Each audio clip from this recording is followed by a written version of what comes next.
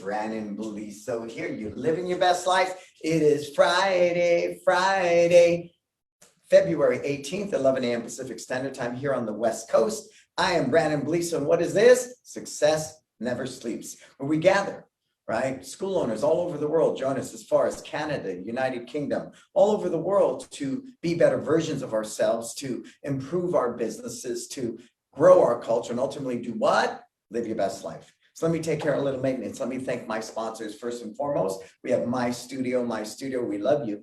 We love My Studio. My Studio is simply the best CRM system out there. They are one of my sponsors, and I'm grateful to you. We have Kids Love Life Skills. I believe we all as martial arts school learners should be teaching life skills. Life skills to me are imperative to the success of what I do. As I say many times, and I'll say it again, nobody would go to a soccer coach and say, teach my kid focus and discipline. They will come to your school and they will demand it. So you need to check out Kids Love Life Skills, Kids Love Life Skills. We also have LC Accounting. You know, if you need a great bookkeeper, there's certain things you should always outsource. When I hear that a school owner does their own taxes or their own bookkeeping, I think you could spend your time doing better things. Do take a look at LC Accounting. Then, of course, the one and only Market Muscles. Market Muscles is simply the best websites out there. Stephen Reinstein has a lot of integrity. He's a good soul, and I highly recommend if you're looking for a CRM system that you see and speak with Stephen Reinstein. So who do I have today? Right, once in a while I get a really cool guest, and this is my guest. I want to kind of make sure I get all that good stuff. He is the executive director of world-class Taekwondo centers. Pretty cool, right? They have 5 highly successful dojos in the suburbs of Buffalo, New York, 30 alumni staff, and this number is really appealing to me, 30 alumni staff who own and operate their own successful schools. I think that says a lot right there. Like Elon Musk said, you know, there's education and there's experience. But what I'm also really big on is data,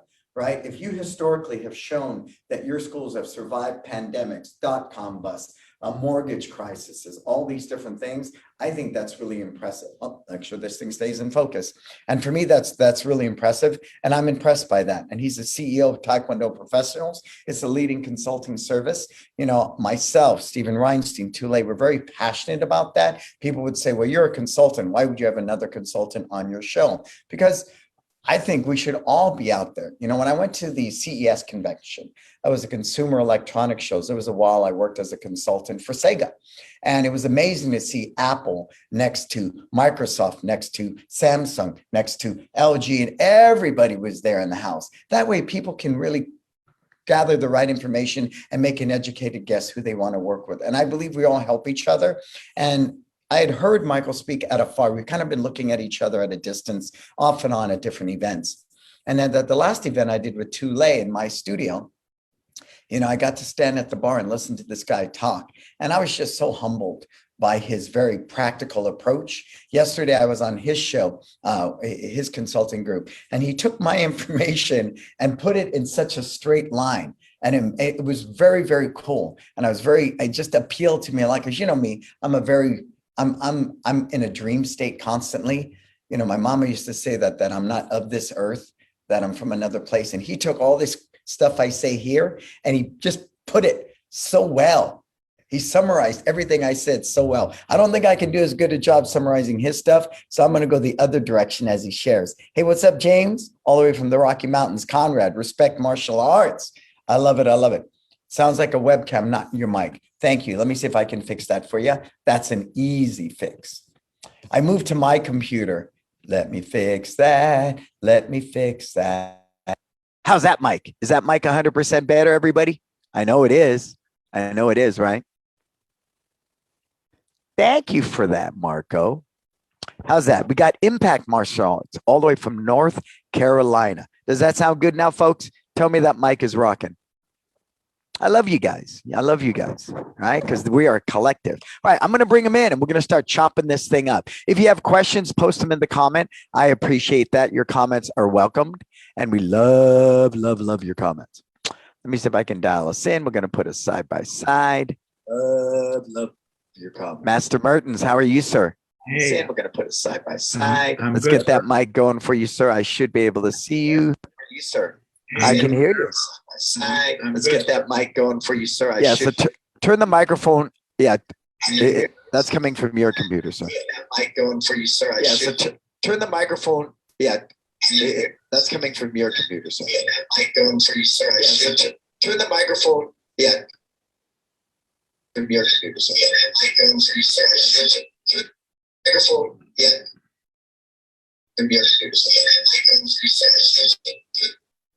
Let's try that, sir. How's that? There you go. Much, much better. All right. Much, much better. I just wanted to minimize that, make sure everything's cool. Of course. Yeah, how's everything going, sir? It was a lot of fun yesterday, you know? It absolutely was. It absolutely was. You were the yin to my yang. You were that je ne sais quoi. You just took what I said, and I was sharing that with the people before we started the show, just how brilliant you are at summarizing. Taking all of my esoteric, avant-garde, crazy stuff, and you're able to take it and just make everything sound so right. And just make sure I'm looking at everybody's comments over here. Nikki Kwan. Nikki Kwan's joining us. What's happening? All right. He was with us yesterday, so he's getting a double shot of us this week. Yes, sir. Do you like that picture of you there? See, you didn't do that for me. Look, I got a great picture of you there smiling with all your cool stuff. I'm pretty low level when it comes to tech stuff, sir. I'm looking at my notes and they're on a yellow pad. So I know that. Do you know what? It's so funny because I've tried a couple of different things, putting it in my Google Calendar and all that when the day's done. My backpack's not here. I have the same yellow freaking pad. Yes, sir. I can't do it on anything else. It's got to be the yellow legal pad. Why does it got to be yellow? That I don't know, sir. I don't know. It's a tradition, I guess. But yes, sir. You're not the first. You're not the first, and not the only high level performer I know that works off of a yellow pad, and I'm one. Wow, that is amazing. So, sir, just give everybody a quick background. Tell them a little bit about yourself in summary. I kind of did that with your slide, but if you just want to give them a kind of a current, as you see, everything's there. But just share, help people know you. Sure. I mean, I guess the quick and shortest version would be I am a proud Taekwondo student and long-term Taekwondo student. My Taekwondo career goes back over 38 years at this point, still practicing, training under, and currently business partners with my original master instructor, which is a rarity in this industry to begin with. So we're coming up on, over 30, nearly 40 years of working together as teacher and student and then as business partners. I have the pride in being head of team here in Buffalo, New York. We are running 5 schools. We did make it through the pandemic here in New York State. We were shut down for 4.5 months where we were all on Zoom. Our team zoomed into action, and within a week, we were running 60 classes a week on Zoom. At our peak, we were offering 600 private lessons a week on Zoom. It was whatever we needed to do. I told my staff at the beginning, I have no idea what's going to happen, but I know what we're going to do, which is whatever it takes to maintain a connection with our students. And so I'm happy to say that now we only became mask optional literally last week. So still some restrictions here in the New York area, but we are about 90% back to our full student body, which for us in 5 locations was about 1,700 active students. We're an all Taekwondo organization. That's the only martial art that we teach. We're very, thankful and blessed to have the families that have stayed with us throughout all these challenges. And, now we're ready to move forward. Someday there will be spring in Buffalo, and someday there will be post-pandemic in Buffalo. And, we're real excited for that. And I'm very honored to be here. And I hope to match 1/10 of the energy and the exuberance that you bring to your call, sir. Well, I think, again, what I experienced yesterday with you is that yin to the yang. You took everything I said and made so much sense. Like, wow, you took everything, I'm like, pop, pop, pop, pop, pop, pop, and you went, do, and you just brought it all together. I'm like, wow, man, we're going to have to do a little more of this. Like Abbott and Costello, Batman and Robin, we were just rocking that yesterday. So, let me just share that. Very similar model. We have 2 locations, 1,000 students, not quite as many as you, but, we dropped as well within a week. We were online. We were running 600-700 students online because we dropped to 700 from 1,000. And that's not bad, right? 25-30%. And we were able to pivot just like you because we were committed to our why, live your best life, staying connected with people. We never discussed, will people learn virtually or not? It was never a discussion, right? I'm sure your organization felt the same way. You just wanted to stay connected with people, correct? Absolutely. Absolutely. Mm-hmm. And success leaves clues, folks. So I want you to take that into consideration and hear that. When we talk about being high-end operators, It's just that. And when we say high end, we're not better than anybody else. We're just always trying to get up that ladder, right? Like somebody said, we're all just trying to get that ladder to our higher self, be better versions of ourselves. We hear that all the time. And often people think it's some mythical, magical thing. No, it's not. It's one step. It's one step. It's one step. It's one failure. It's a pivot. It's an adapt. But if you're committed to that, why? Like, I hear Master Merton saying, we just wanted to stay connected to our people. It doesn't matter if it's in a park, in a backyard, in a driveway, on Zoom. It made no difference. Correct, sir? Absolutely. I've said it to many people before. If the pandemic taught us anything, it taught us just how big a part we play in our students' lives. Because, friends of mine, non-martial artists, in completely different businesses, they said, wow, this is going to be tough because we know that, you're in a discretionary income business. You're in an optional service business. And respectfully now, a couple of years later, I can tell them, no, actually, you were wrong. One of the last things that people want to do is remove from particularly their child's life, something that they find to be rewarding and beneficial. And so I do want to give a shout out to all the school owners of any type of martial art that, if you maintained and grew throughout the pandemic, it really is a vote of confidence in what we do, how we do it, and the very meaningful relationships that we create with our students. So, we got through this because of the credibility and because of the dedication that we had to our students. And, we made them have to jump through some hoops, whether it was training online or training outdoors, not doing physical touch, wearing masks, and they did it. Some people even told us, I'm not wearing a mask anywhere. I'm really upset about this whole thing, but I'll do it for you guys, because of what you've done for my family and what you've done for my child. So we did have to cash in a little bit of our credit with them, but it was well-earned credit. And I think we should all be proud of that fact.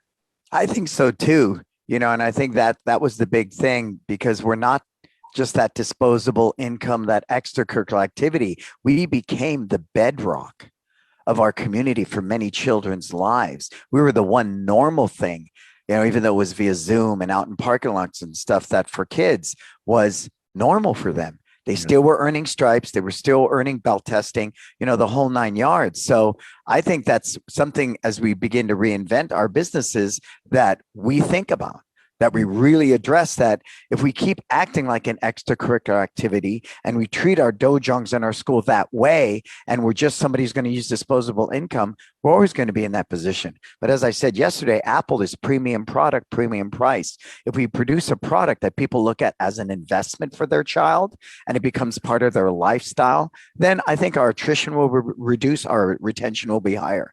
Yeah. So you guys, you got a question? Go ahead and put it in there. I'm looking at my phone to see we have people as far as New Zealand. Oh my goodness. Chris Cameron from New Zealand, Believe Martial Arts, Chipley, Florida, Adam Parker in the UK, Chris Chang Li Wu up in Canada. Keep saying hi, folks. I see a lot of people up sitting in the eye in the sky. We love to give you a shout out. So we're going to start with this question. Where and how, sir, do you find great staff? And I want to start with this question because you and I share a very similar philosophy about that. Yeah, you know what? This is kind of a trick question, even from the very beginning, because this concept of finding great staff, I've been staffing schools for 30 years. I've never found a great staff member, and we actually could pay a pretty decent amount for a new instructor. And I don't think that I will find one by putting an ad in the newspaper. So to me, it's the first thing is a culture change there, that you're not great staff are not going to be found. They're going to be grown, but what you can find, and you're going to more likely find it within your own four walls, is great raw material, right? Great potential instructors that can be developed with the proper training method. And I'll break all this down as we go along, but that's my first mind shift change to anybody that's thinking, if I could just find a great instructor. You're not going to find one. You might even find an experienced instructor or a high Dan ranking instructor. They're still going to need a lot of training to be familiar with your procedures and your school's culture. I agree with that. We've hired a couple of people from outdoors, and sorry with my camera, this camera's been acting up, but we've found 99% of our people internally. So that's why I wrote the question that way, to present it to you that way, sir. We don't find great staff. We grow great staff. And as you said yesterday, on your group, I have a black belt, I have a green belt. Which one did I hire and groom? That green belt, because they had the attributes, they had the why of our culture already intact. Yeah, I always say I don't care about the guy with the perfect front kick. Some black belts are not meant to teach. They are Absolutely. simply not meant to teach. And if we're looking for that, we're looking to grow, like Hanshi Kovar will say, plant seeds early and often. If I have that type of mindset, then I'm no longer saying, black belt now, go teach, right?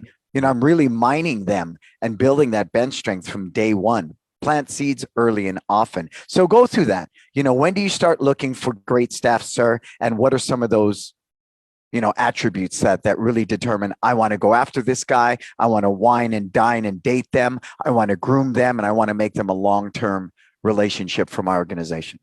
Well, there's two phrases here that I think are helpful to remember. And the first one, I have to admit, I got from the CEO of Southwest Airlines, Herb Kelleher, when he said that we hire for attitude and we train for skill. Right. And really, when you think about it, I was judging a belt testing last night, and there were, 45-year-old adults, men and women, breaking boards with spinning kicks and doing flying side kicks. And I told myself, see, we can train those kind of skills. They didn't start with those skills in their adult life. We train them. But attitudes can be very difficult to adjust. And realistically, as you said, some people are not meant to teach. Some people are more temperamental. Some people are not good communicators. Some people are very self-conscious. So we hire for attitude, we train for skill. For us, we're starting, it depends on what stage our school is in. When our schools are in their infancy stage, have we ever hired a green belt young woman to help in our little tigers, our 4 and 5-year-old class? Sure, we have, because she's years ahead of where they are at. They got to go through the whole little tiger program and then a year into our beginner program to become a green belt. So she was qualified for that. A little bit later on, our red belts, which is our solid color belt before black belt, okay, they could become assistant instructors. At this point in our schools where we have, hundreds of black belts, we really start looking in our teenage years at our junior black belt students. And we are hiring for attitude, training for skill. And I'm also firing before I hire. Fire before I hire means that I look at any negative scenarios, or I look at any weak points in their behavior. What about that great performer who then at the tournament, when he or she loses in their first match, throws their headgear off and stomps off into the stands, right? Then I tell myself, well, geez, how patient is this person going to be when they're working with a 7-year-old student with ADHD who's not following things along? When I ask a junior staff member, hey, can you show up and help us to do a little extra cleaning on the dojang this weekend? And they show up 40 minutes late, or they send me a text at the last minute that they forgot about it. Well, how good of an employee are they going to be later on? So you said earlier, success leaves clues. I think potential employees are leaving clues too, as to how and why and the way that they do things that we can notice. And obviously I see how they are with their friends. So we have a great advantage over Walmart or Target or some other things, in that we get to really evaluate potential employees over a long period of time and see how they respond to different situations. So right now I've got 15 new as a result of the pandemic, 15 new between our 5 schools, 14 to 16-year-old junior staff that were picked, as you said, not because of how high they could kick, but because of the way that they responded on working with other people and how they tested out when we gave them little responsibilities to take care of. It's a little vision work, but we also know they're teenagers, they're young, they're immature, they had a lot of growth to do yet. I can't look at that young sapling, tug on it and say bear fruit. So what kind of intuitiveness where you can go, oh, that's just him being a teenager. I see past that. I see the bigger picture, because I've been wrong too. I've had a couple of people, I thought this kid's going to be the best instructor in the world. They're patient, they're kind, they're mature for their age. I was totally off base. And then there's other people I'm going, there's no freaking way they're ever going to teach. And they end up being a great instructor. So do you have any kind of solid systems or processes you can, to get past that? Because sometimes I'm so wrong. Right. Well, you know what? No matter what, we're all going to get it wrong. We even on the enrollment side, right? We have a family walk in and we say, oh, there's no chance that this family is going to join. And not only do they enroll their one child, the whole family joins in. And meanwhile, somebody else comes through and we're like, oh, they're going to sign up on Saturday, and they never come back. So we learn from that experience. I would say that I'm still a big fan, so that I'm not setting the bar too high. I'm looking for raw material. I still know, right? I'm not going, we talked about it, I believe. I'm aware of the fact that someone's going to be a black belt performer but a white belt staff member. I've seen potential junior staff who will not do something the wrong way themselves, but when they demonstrate it or try to explain it to a student in reverse from the opposite position, now all of a sudden they're getting confused. So that leads to, which we'll of course talk about, the level of raw material I can work with or anybody can work with is related with how good a training program they have, right? And so if you've got a sink or swim method that you go, okay, go out there and teach, very few people are going to be able to perform and thrive under that situation. But I know that when we take these 14, 15, 16-year-olds, it might be 6 months before they ever get on the floor with a student, right? We're going to take that amount of training time with them. It's just a little bit of training. Again, I'll go through some of that before we do it. So again, it's a combination. I get it wrong too once in a while, but I'm looking for the right kind of raw material. And then I'm going to layer on top of that a very solid training program. Yeah. And I think, like you said, that, over Walmart, over environments, Target environments like that, we groom them from the time they're a child. So their value and worth to me is a lot higher than I'd pay somebody who comes works at Walmart, because I do know, as far as selling my business, that's the best person to sell it to because they're the best fit for it.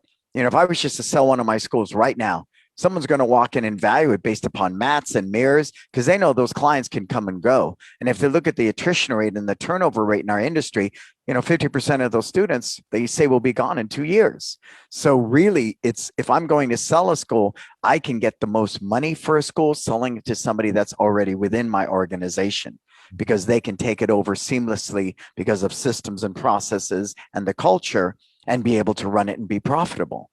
But also, I think long-term relationship, it's retirement income for me, right? If I have a certain amount of invested into these schools, I'll be getting residual income from these schools when I'm long gone. I won't be getting the lion's share at that point, but I will be getting. So I agree with you still. For myself to this day, we prefer homegrown. We prefer bringing them up. The relationships are stronger. I think the hardest part for us is I'm not your instructor anymore. We are now partners, right? Please talk to me like a partner. Tell me everything. I need to be in the mix. Don't feel like you can't talk to me because I'm professor and you're an 8-year-old kid going, right?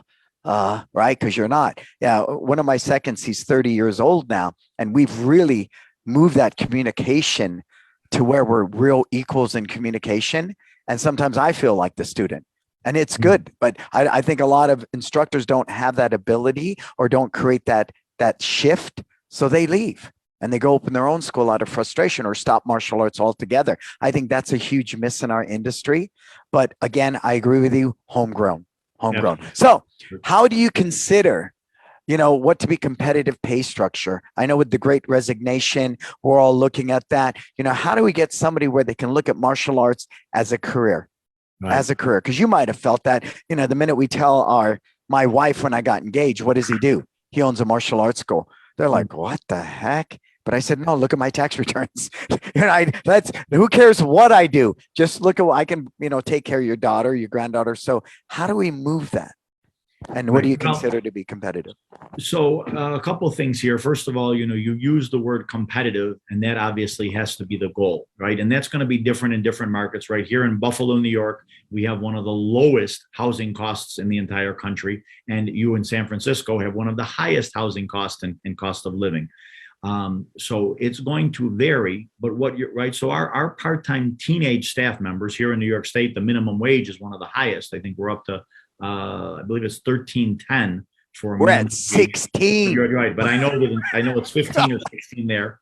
So obviously, the younger the workforce, right, we're going to be competitive at every level of it, right? We want to be right. We can't fall back on, hey, we're doing something that's more fun, that's more rewarding, that's more meaningful. No. Yes, sabomnim, yes, sifu, yes, sensei, it is, but I also need to, feed my family or put gas in my car or do whatever it has to do. So realistically, our junior staff, 14, 15 years old, they're still starting at a minimum wage type of thing. Again, minimum wage is awfully high here. We're going to be raising them several times over the course of their first 3 years. For us to be competitive at the full-time level in our full-time instructor level is more like mid 40s to mid 60s. But again, that could be low for some areas and high for some areas. It's because of, your competitive economics in your area. But do we also, and for us anyway, do we also include health insurance? We do. Do we also include 20 days of paid time off in a year? We do. In other words, sick time or vacation time, right?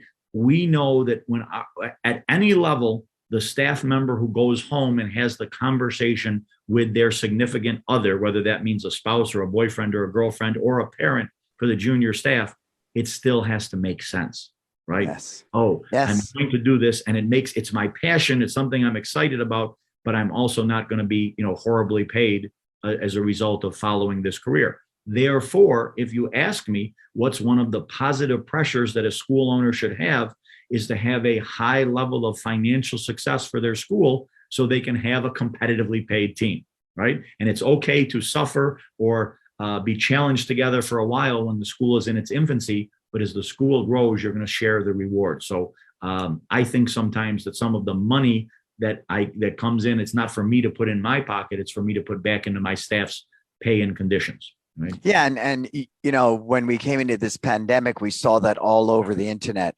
small businesses, cut your payroll, cut your rent. Those are the two things that are biggest expenses is payroll and rent. It is not an expense. Your team is not an expense. I view it as an investment.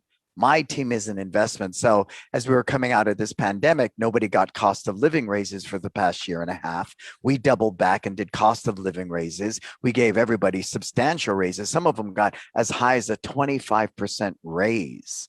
And because we're investing for our future, we're a company in infancy. We really believe that right now as we're changing and negotiating this brave new world. So I look at my team as the best investment I could make right now, because the millions and millions of dollars they're going to make for me over the next 3 to 5 years is nothing compared to the raises that I'm giving them today. And we're systematically worked it in now. It's roughly 5% here. It's 7 right now because of inflation, but every year performance review, you get a cost of living raise. We're going to stop this, performance based on all that. We've decided to stop that automatically at the end of every year. Other than your evaluation, you can expect a cost of living raise. Right. So that's something we've added that's real different right now. That's so great. what I'm hearing, sir, which I think is great, is we want to become company people want to work for. I like the 401k. Did you say 401 or medical? I didn't, but I have to admit that we do have one as well. Yes, sir. Yeah. We have a 401k. We do 3% of their salary match. We have medical insurance for salary people, not medical across the board. I'd like to get to that point, or anybody who works for us has medical. So maybe you got to turn me on to your insurance guy that does medical, because we don't have to have it here, but we do it for our salary people, and we do it as a medical, allowance. And right. And they have to pay it there. But I would love to have a more structured medical as we grow. As we're going, then of course the paid vacation and all that is all there as well. So do you hear that, people? I work with so many school owners across the board that do none of that. And then they're scratching their head why somebody leaves. You do not have, a company people want to work for. And if you don't have competitive pay, and that's standard in any great company, 401k, medical, vacation with pay, it's standard. It's right. I mean, any company, HP, Apple, anyone you go to, it's standard. But I have so many school owners look at me and go, what? As if it's foreign, sir, as if it's foreign. And it shouldn't be. You agree? So I think that's something that's really, really important. So here we go.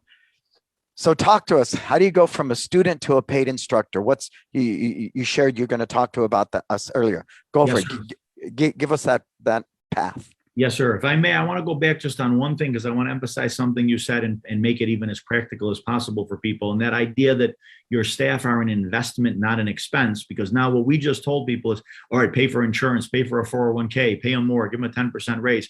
And definitely some people are stacking up in their head, wow, they're going to cost me a lot more. We have to say again, wait, you're thinking wrong. All right, you're going to have people who are going to stay with you longer, who are going to be more committed. Now, the real question is not, can you pay people more? Can you help them to generate more for your school? And so the question is, when you say, oh, I'm going to hire a staff or I'm going to hire an instructor, realize that they're replacing or taking care of certain responsibilities for you that should allow you to bring up the next level of skills for yourself, right? So as we talk about having an instructor training program, as we talk about becoming more knowledgeable about online marketing or connecting with people in the community, when it has to be one or the other, time or money. And people say, oh, I don't have the time to do that. Well, then you need to pay other people to do some of these roles so you do have the time to do it, right? So the reason that true entrepreneurial people are able to build a business is because they keep shedding off lower level responsibilities. Doesn't mean unimportant responsibilities, right? Someone cleaning toilets is an important responsibility. Teaching your little tigers class is an important responsibility. But as you grow, you shed off those responsibilities. You take up a higher paying responsibility or a more impactful responsibility to the growth of your business. Just in case people want to know, wait, how does that really work? That me paying people is going to grow my business. It's going to grow what your capabilities are, right? Sometimes we're doing a program at an elementary school, and we're running our school at the same time, right? How can we be marketing and running our school at the same time? Because we have the staff to do so. So we can be teaching an after-school program for 80 kids. That's a short-term program that's going to feed our school. And we also have staff that are teaching the classes in our school. If someone's a one-man show or a one-woman show, they can't do that. So it's just so logical to me, and people have to accept that, just like the sun comes up in the morning and the moon comes up at night, that if you build your team and you understand what building your team does, then it's going to elevate the success of your school. But it does take a process. Well, and I agree with you on that. And I think it's a mindset shift. You know, when I work with somebody and they go, you know, I have a 50% net. Yeah, you have a 50% net of a $200,000 school. You have a 50% net of a $200,000 school. But here's a really mindset shift. The average McDonald's grosses $2.1 million a year. That franchisee's net profit is $150,000. That's a far cry from a 50% net. And so I think that's the other thing in our industry. It's indicative. If you tell me you're at a 50% net, odds are you're doing all the work yourself. You've created a job for yourself. You're a terrible boss, but that illusion, you know, we always look for that higher net. I look for more time. I do, you know, and we base what we do upon that. I have a certain number to retire on. I have a certain number to live on, and everything else works within that. Everything else goes back to the team. And you know, we're always remodeling our schools, like Starbucks. Every 3 to 5 years, we're updating things. Again, I think we need that fundamental mindset shift in our industry to get people, because the majority of what we do is mom and pops. I think it's like 90-something%. There is no legitimate franchise in our industry that dominates. None. Yes. None. And every piece of data has proven that. So if we are that mom and pop, if we can just shift into a little bit of corporate franchise mindset, I think with the ability to improve our bottom line and be more successful is there. So going back to that question, go ahead, sir. So again, we've already talked about that I'm hiring for attitude, I'm training for skills. So I'm noticing students, I'm looking for them all the time. I'm never not looking for staff. Even when we're packed with staff, I always want to have some people, right? Just like I'm not a sports fan, but just like a professional baseball team. Okay, they've got the farm team, they've got AAA, they got AA, they've got players at different levels. So we want people in our entire pipeline at the whole time. We've got full-timers, we've got part-timers, we've got leadership team, and we've got people we're looking at. So I'm just looking at students. Then I'm going to have a meeting normally, if it's junior staff, with their parents first, because at the junior age, 14, 15, 16, it's as much a commitment by the parents as it is by the child. So I don't want the child to get all excited and the parents say, oh, you know, we're not sure about this, or we don't have time to have him or her here, you know, all that time, or we want him or her to focus on their schoolwork more, whatever. But I'll say, hey, I've noticed some great things about your child, or about this young man or young woman, and I'd like to think about adding them to our team. And this is what the commitment would be. The first commitment for us is what we call a leadership team. All that means is we want them to come to our Saturday meeting. We have a part-time staff meeting every Saturday. It's an hour long, where we're going to start reviewing the curriculum with them, and we're going to start teaching them how we teach. And we're going to do that depending on the time of year and depending on how deep our staff is. We might take anywhere from 3 months to 6 months. So what is that? 4 meetings a month. So it's 12 times, or maybe if we're a little heavy with staff and we don't need to add anybody on to staff for a while, we'll have them do that, you know, for over 6 months that they're coming to that. Towards the end of it, we're going to say, okay, now we'd like to have you get some hands-on experience. So maybe 1 day a week, you're going to come in for just a couple classes, more likely children's classes, where you're going to see and shadow the instructors and get a feel for it. So we are in no rush to have them experimenting with live people until they are ready. They're going to go through this process. So it's our leadership team meeting. It's volunteering once a week. I do not staff classes with leaders. I do not staff classes with volunteers. All of our classes are staffed. The student to teacher ratios are based on paid trained staff members. Yes, sir. These leadership team are volunteering, not to volunteer to help out. They're volunteering as they're going through the training process. So they are volunteering to come to the Saturday meeting. They are volunteering for their one class a week. Am I going to have them volunteer 5 days a week for 3 hours, 15? No, of course not. It's just for them to get some hands on. They're never going to get assigned any heavy responsibilities during this period of time. We also have, which I'm extremely proud of and think that everybody should be doing, a series of videos at every staff level that we require staff to complete. I told you that we hired 15 new staff members. That's across 5 locations. So it's not that many, but 3 or 4 from each of the different schools. I didn't have a chance to meet with all of them personally, but they all watched a series of videos. Video number 1 about personal appearance. Video number 2 about why do children take martial arts. Video 3 about not showing favoritism. Video 4 about cautions about physical touch. So I know that all of these staff members received the exact same training. In addition, there's a little exam that they do. So they've all answered the same questions on the same topic. So I have consistency. Even if somebody said that they're a single school location, I still would say, sir or ma'am, how do you know that all of your staff members are hearing the same content the same way every time? Because I'm able to say that. And then we have it for leadership team. And then we move them. Let me try to wrap this up. They're on leadership team again, anywhere from 3 to 6 months. Now we say, okay, we're going to hire you. You're going to probably help out twice a week, because now as a staff member, I actually don't like them to come only once a week. Nope. I like them to come twice a week so that they're getting more reps in. They're getting more familiar with the students. They're still watching the staff a lot, and they're going to start as a paid staff member. And guess what? Got another series of videos as a new hire. Okay, now you're a new hire. You need to be aware of our social media guidelines. You need, again, to be aware of physical touch, because we're so big on that it's appropriate or inappropriate, what those are. You need to be aware of not being too friendly with the students and, those guidelines.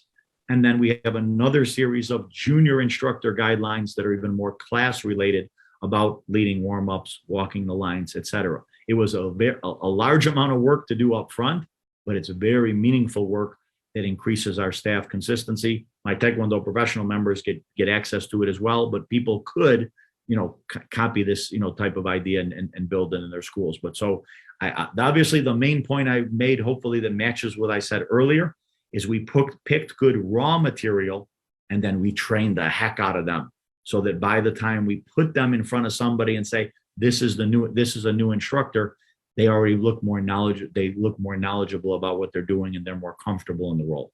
Well, and for me, if anybody wants that doc, I have my first year instructors training experience available at the Disruptor page. Randy Holman said it's $100,000 doc, because it takes them from saying hello, greeting at the front door, to running a full class in a year. So, but what I hear here is visionary work. See, the challenge is most of the martial arts school owners are technicians. Open the door, take the money, teach the classes. Some of you may get to the point where you manage people, and that's just basically pointing fingers, directing traffic, and putting out fires.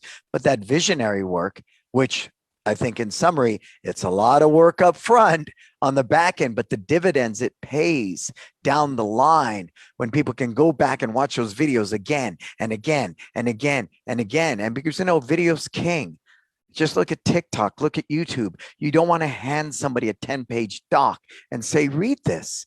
It's better if they get it in small sound bites, these small videos that they can watch, answer a couple questions, watch the next video, answer. And that's why we use platforms like Kajabi, because we can achieve that. And that's the way people learn. And I think that's a huge thing in vision work. I can't write this process for me. I have to write this process for a 15, 16-year-old kid. But that's the first part. Then we go through, we sit down together, we read this system. How long should that take? Okay, now we sit down and we go on the mat and we train. Now, okay, now the next step, you shadow me. The next step, I shadow you. Then getting to the point where I trust and track that system and they're out on their own, that's 3 to 6 months. I agree with you, sir. Instead, what happens? You want to lose team members really fast? Go teach. What? What? Yeah, you're a black belt. Oh, a lot of pressure. I go teach. And I experienced that as a kid. My dad simply said, go teach. And there I was. Yes, sir. And we miss that because so many school owners are technicians. Read E-Myth by Michael Gerber. If you guys haven't done that, read E-Myth. A lot of you are technicians, pretending to be an owner, pretending to be an architect, pretending to be an entrepreneur. You're a technician. And if they can really see that, maybe they'll get that. I think you and I get that, is that this money we invest here to train people really well before we let them loose is only going to empower them and give us a better product, right? Yeah. Absolutely. Another pet phrase of mine, sir, is that, you can't train the chefs if you don't have the recipes. Right. And so all of us, right. My wife's side of the family is Italian, and even my son, who actually was the one, we don't have any daughters. So my son, who was the one who wanted to learn how to cook, a Sunday sauce from, his grandmother, his Nana. Right. What did he have to? Nana, do you have a recipe? Nope. No recipe. Nope. He had to go over there and make notes based on what she was doing so that he could be able to copy it. And so, for instructors, if it's all in your head and your heart, that's great. But it's when you get it down on paper, when you get it down on video, that you get clarity in your thinking, clarity in your process, and then you can share it with other people. Yeah. Which again, isn't ultimately one of the biggest words in martial arts, our legacy. Right? Don't we want to pass down what we learned from our teacher and pass it down to our students and to our staff? And so I just want to do a better job of sharing that legacy. So I don't even think that I'm telling my staff how to do things my way. I think I'm telling them how to do it the world-class way and the way that I learned from my grandmaster. And, that's the purpose. So, develop your recipes so that you can train more chefs. And the thing I want to, really compliment you on, I think you and I share that too, is our loyalty to our art, to the integrity of our predecessors. And that's what I think people have a huge misconception. They think that in order to be profitable and successful, you water down your art. That's so egotistical and so just defeatist. And I think that's another thing I fight passionately to dispel. I love Kenpo. It is as a whole a dying art, because of the egos and the infighting and the inability to innovate. But I can gratefully say today, I know for a fact when God puts me, takes me home, that my schools will go for another 30, 40 years. And if my team does a great job, Kenpo will be around for another 30, 40 years after that. So I think what I want people to hear is that you can have great martial arts. You can still preserve the legacy of your teacher. And for those you guys with dojongs whose fathers taught you and your grandfathers taught your dad, please lay that to rest. Lay it to rest. You can have, I believe, great martial arts should make great money. It really should, right? It really should. So I hear that. And that's one of the things that really I admire about you, your loyalty with your instructor and to produce world-class Taekwondo practitioners and people. I think that's huge. So how do you keep your long-term staff? I can proudly say the average tenure of my team now is 10 years. That's fantastic. Right? Not a lot of us can say that. So what's your formula? What's your recipe? So I'll do it in a bullet points to kind of go a little faster. You can let me expand on anything if you choose to. Obviously, we already talked about the conditions, right? The reality is there's going to have to be, whether it's at the part-time or full-time level, pretty good working conditions. We have to know that we're already working in an industry where we have work that's 6 days a week, that is late into the evening. So it's an atypical type of work condition to begin with. So we do want to have competitive pay. We want to have competitive benefits. We also want to do some staffing events throughout the year, whether that's the staff Christmas party or getting together with the staff socially. I have to admit that I don't do it as much, but the individual masters might do it with the staff at their location. We want to make sure that staff are still learning, staff are still in pursuit, right? If you think about it, I think it's a feeling that gets into everybody's gut that when you are pursuing something, whether it's a man or a woman, and it doesn't matter to me which one it is, but when you're pursuing a relationship is one of the most exciting times in your life. Oh, I'm pursuing this relationship. I want to create this new relationship. I want to be good for this person. I want to have a special relationship with this person. We want our staff to be in pursuit of a higher level of skills, both as a martial artist and as a martial arts instructor. And that's why I think that staff meetings are so important, because when we have regular staff meetings, staff feel like they're learning, right? You want to show me a demotivated staff member or a staff member who's ready to go. It's one who's no longer learning new skills or gaining new knowledge. Well, and that's why I think staff training is so important, but I'm more, I don't like the Monday meeting for 2 hours, things like that. We're training all the time. We're training. Sorry about my camera. This camera's been wigging out lately. But don't I look cool? I look kind of ghost-like. So let's just say hi to a couple of people. There's so many people here, and I don't want you to feel rushed, sir. I'd love to have you back on. We can do a series of these things because you're so knowledgeable. And if is it okay to toot your horn a little bit? I said that yesterday when I got off the show, your event. I said, what's the difference between smart and being intelligent? I said, people who want to be smart have all the right answers. People who are intelligent, if you think, intel. See, you're an intelligent man. You're not smart, you're intelligent. You have the right intel to help us succeed, to help us do well. So you're welcome to, we can do part 2, part 3. I know you got tons of notes. I don't want you to feel rushed. If you want to do another one next week or the week after, I'm fluid that way, because I would love to nurture this relationship with you, because that's my own selfish thing. But I think our industry outside of Taekwondo, if you're willing to share, can really benefit from a lot of what you have to say. So we're okay with that? Yeah, so don't feel rushed with that. But we have people tuning in. Oh, Nikki Kwan's here. Nikki was there yesterday. Master Raymore. What's up, Master Raymore? So much value. Yeah, absolutely. Master Raymore is a Taekwondo school down in Bakersfield. Eric Roach is here. Master Kim, of course. Josh Ramirez. It just goes on. We have tons of people, and I know they're benefiting from this. So please don't feel rushed. Okay, pick up your next bullet point, sir. Take your time.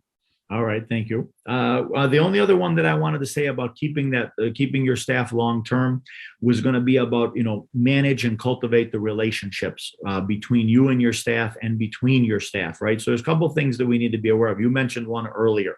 As staff grow and mature, your relationship with them has to grow and mature, right? It's amazing, as you said, right? A 10-year relationship or a 10-year tenure means that a 19-year-old staff becomes a 29-year-old staff member while they're working with me. That means that they probably went from being single, very likely, to becoming married, maybe even to becoming a homeowner or a parent, right?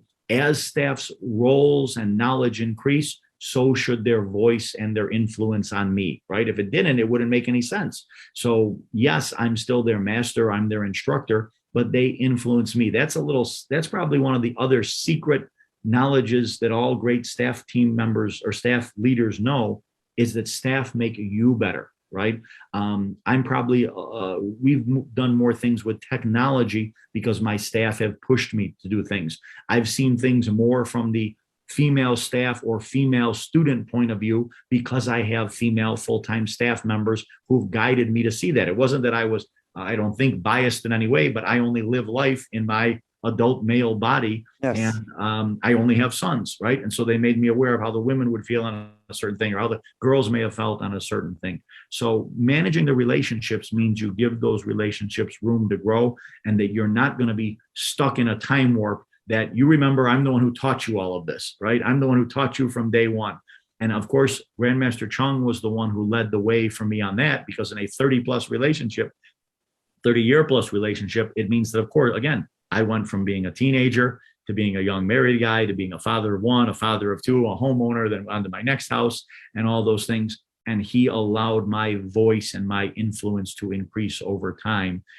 And that's something that now I try to pay forward, with my junior staff. And you do also need to be aware to manage the relationship between them. I think it's a great asset of ours that we have some Korean staff, direct Korean nationals coming from Korea, as well as American staff. We've had to learn how to blend cultures. We've had to learn how to help people to communicate with each other And by communicate with each other, I'm not really talking about Korean versus English. I'm talking about how to understand which is more important, the floor or the office. The answer is both. Okay. Which is whose answer should be the right answer for whether this student tests or doesn't test, the master or the manager? Well, we need to know what's the situation behind it. Did we fail to give that student all the instruction that we should have? And maybe the manager is right that, hey, I've been talking to this parent and they feel like we let them down in certain areas. So, sir, I'd really like to see that we, allow the master to make this person test to the next belt or give them extra help. So I think one thing we've done great in managing relationships is say, hey, you're all members of our team. Every role and responsibility is important. And we're not going to just automatically, again, we're martial artists. We line up 5th dan, 4th dan, 3rd dan, 2nd dan, 1st dan. But when it comes to, whose idea and which idea should be used in whatever case, rank doesn't play a part, right? We just want to figure out the best answer. I agree. But see, again, success leaves clues and like minds think alike. During the pandemic, one of my guys bought a home. So he went from a little kid to college to, now he's getting married this year in Hawaii. He bought a home during the pandemic. When the student becomes the master, that's when I believe we've really done our job.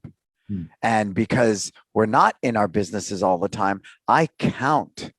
I like the location in San Francisco. I haven't taught there in years. So I count on their input. It's not that, they have this over me now. No, it's an asset. It is a huge asset.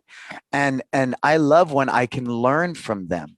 See, we have to be secure because that I'm the master, you're the lowly student, I'm higher ranking. There's got to be a point where that hat needs to come off if they're truly going to feel safe enough to communicate to us on a level. That's why the why is important. World-class Taekwondo, live your best life. We have very clear whys, and I don't want to be right. I want to get it right. So if that means live your best life, not Brannon's ego. Okay, great. Tell me, what is it that we need to do to better our product? Apple, premium product, premium price. I'm huge on that. I'm committed to the why. So if it means checking my ego, putting my title aside and all that to serve our culture better, our community, I think we share that, right?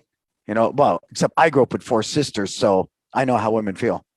It's this true story. True story. I tell this all the time. I didn't know you were supposed to pee standing up until I went to elementary school. Wow. Seriously, because my sisters always told me, you can't pee like that. I'm, 5 years old. Okay. So I sit down, I go in the bathroom. Why is that guy peeing in that weird sink over there? Lo and behold. So you're right. I mean, the open-mindedness that we share is something I believe martial artists across the board, we can still be respectful and recognize the rank senior, junior, but be able to look at each other eye to eye as human beings to better our culture and live from a why. That's why the why is so powerful. Apple Think Different. We talked about that yesterday in branding. That why definitely levels the playing field for everybody when it comes to the company, as far as the structure and the dynamics with that. So I love it. I got one more. And like I said, if you want to come back, sir, you want to come back next week, the week after, we can do a part 2. If you guys want a part 2, I see so many comments coming in. We haven't gotten to anybody's questions, and I think they're too busy absorbing all of it, but there's so many people here. Scott, Tracy, thank you for being here. Yeah, no, you guys are welcome. Brian, Josh, if you guys have questions, I will, I say I'm doing this to just make him feel guilty and put him on the spot already. Is he going to come back? I will come back. Yes, sir. Okay. Yeah. Whatever's. I don't have my calendar open to figure out. That's okay. Week, but that's okay. Whatever's convenient, because people will get to watch this on the podcast. It's streamed live. It's there for people to watch again and again. And we'll pre-frame it. They just have to watch this before the next one. So how does effective staff training look like? Give me you train a lot like we do. We train every week. We train every month. Give me a typical, if you're getting ready to train people. Yes, sir. This week, what are they training on this week? Are they training on next week's curriculum? What are they training on? Right. So I guess the hallmarks of our training, again, we do believe in a weekly schedule staff meeting. Our full-time meeting is on Tuesdays. It's 2 hours. It is 2 hours long. By the way, why is it on Tuesdays? Because I travel sometimes. Grandmaster Chung travels sometimes. We don't want to miss our meeting. It's one of the most important things we do. We know it's more likely that we could be traveling or coming back from a trip on a Monday, but by Tuesdays, we're back. So we always have a Tuesday full-time meeting. The first 30 minutes, our staff are reporting in on the statistics of their school because we do have 5 schools. That takes a little bit of time. We're getting their review and their report. Then we're going to have 45 minutes of, sales or service training, which again are actually in some ways one and the same, but we might be clarifying our why and saying, okay, we got an event coming up. Here's how the world-class version of this event should look. And so we're going to talk about who's greeting at the event. How's the event going to run? If it's a tournament, okay, are we clear about the judging standards so that everybody's going to be fair? Are we ready to respond to the angry parent that inevitably is going to happen? So we're trying to prepare and pre-frame our staff for, creating a world-class service or sales scenario. And then we're going to go on the floor for 45 minutes. We have the benefit of having Grandmaster Chung with us, and he's going to do a training. I have to admit, it's not sweating, head hanging down, exhausting training. We're going to be more likely reviewing the intricacies of techniques or the details of techniques or something that he's seen in judging our belt testing that he'd like to see emphasized. That's one meeting that's foundational to us every week. The second meeting that's foundational is the part-timers Saturday staff meeting. It's going to always going to have a curriculum of the week where we're working through the different belt levels. We just do them sequentially all through the year. Yep. We usually spend 2 or 3 weeks on a belt, and that's because we go through how to do it, we go through how to perform it, and then we go through how to teach it. And again, we will do role playing. I'm always encouraging my staff, particularly at the part-time level, make sure those staff are stretching their mouth, which means make sure the staff, part-timers, are role playing and practicing how to say, how to express themselves, to be better instructors. So to me, those are some of the hallmarks of effective training. Yeah, and I agree with you. They meet every week, and ironically, it's on a Tuesday, and they train on the curriculum for next week. What pad to hold, how to introduce the technique, what are the sticking points, no one's chambering this kick. Okay, so we already have that laid out. We have full curriculum videos via the app. People can view that. So I believe, again, our core product is curriculum. And second, much like a great restaurant, is that wait staff delivering it. I don't care how great the food is. If your wait staff sucks, then they can't deliver that. They can't execute that. So there really is that. We as the visionary create this amazing curriculum that's age specific, skill level, and relevant. And again, I do preserve the integrity of what my teacher says. This thing is important. This part is important. So that's always interwoven. But to be able to take that and train people to deliver at that level, that's really the art. And there's such a huge gap. I find with the clients that I work for, there's a huge gap, between here's the curriculum and how to teach it to people to deliver it, as that trend. So cool. Well, we're out of time, man. I knew this would go too fast. I knew it would go way too fast for me. So everybody be confident. Master Merton says he will come back and we can pick it up from where we left off. I know you've got great notes, sir. I bet you can tell me when I open up next time I see you. Yes, sir. We left off right here. Let's go here. I bet you already have that down on the yellow pad. And I know you probably got tons of stuff on that yellow pad we didn't even get to. But that's okay. What I'm going to encourage people to do is watch this again and again and again, because what we're trying to do is open your minds to just what it takes to work at high level or world class, right? That's a very standard term that's been around forever and ever. World class, high level, high performer.